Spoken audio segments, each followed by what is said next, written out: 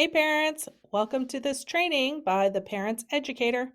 I'm your host, Shannon Hazel, and today we're going to be looking at learning strategies for kids that need movement, specifically for children that require a high level of movement in order to be successful learners at school and navigate their school day.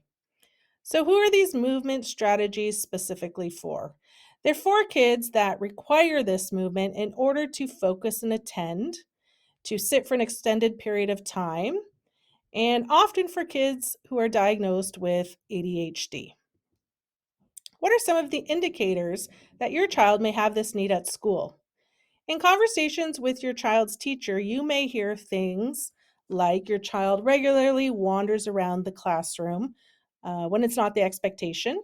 They may ask to go to the bathroom more often than most kids, and they're doing this to build in a movement break for themselves to get a little walk in.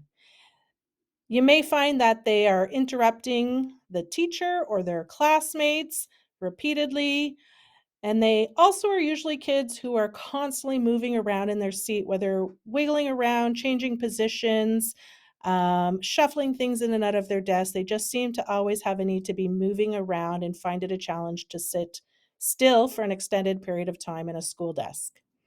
At home, you may notice that your child struggles to complete their homework in one sitting. They may be looking for reasons to get up and move around, such as grab a drink, sharpen a pencil, find a calculator, they need more paper. Again, these are ways that they're trying to naturally get some movement in while looking like they're doing things appropriate to their homework. They may also be children who get up from the table often during a meal, and it takes them, more time than average to eat a meal. They maybe do the drive-by meals where they take a bite and they take off and they go play or do something else, come back and get another bite. And they often are kids who you will find climbing and jumping on furniture, again, more than others. All kids climb and jump on furniture at some point, but it seems to be more excessive, and you find yourself regularly needing to ask them to stop. So, how can we help kids who require this movement?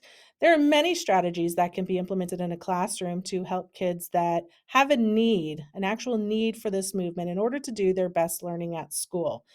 And today we're going to specifically look at three of my favorite strategies, which are the fidget tools, chair bands, and wobble stools. So if you think of it on a continuum, fidget tools tend to offer minimal movement. They give children a little bit of movement, while wobble stools offer lots of core body movement, full body movement, and chair bands fall somewhere in the middle.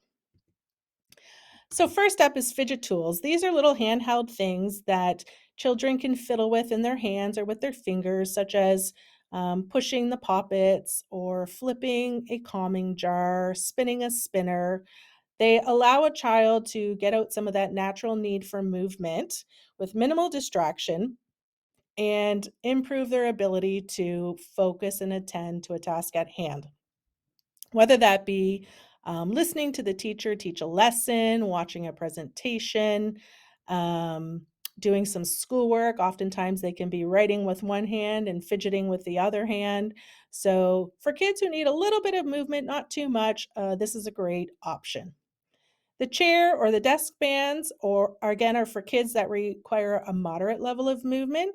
So they fit nicely on all school chairs or desks, and kids can use them to bounce their feet, kick them, pull them, lift them in any manner they want.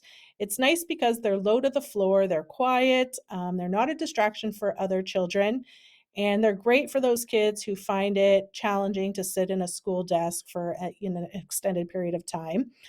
Again, they can be used while they're listening, they can be used while they're completing an academic task. They're a really nice option, and they've been implemented successfully for a lot of kids, and they're a favorite of teachers in schools. Third, we have the wobble stools.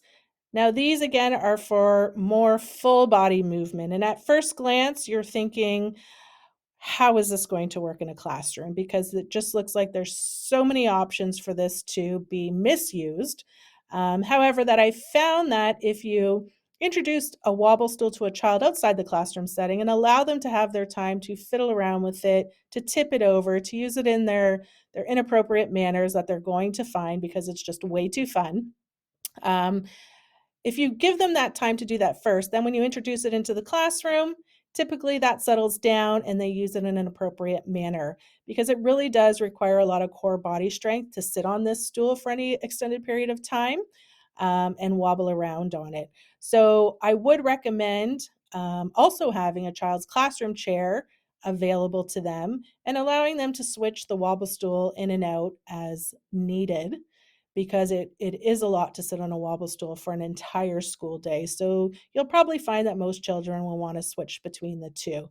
But it is amazing to watch a child wobbling around on this chair while at the same time being able to read or write or listen to a lesson.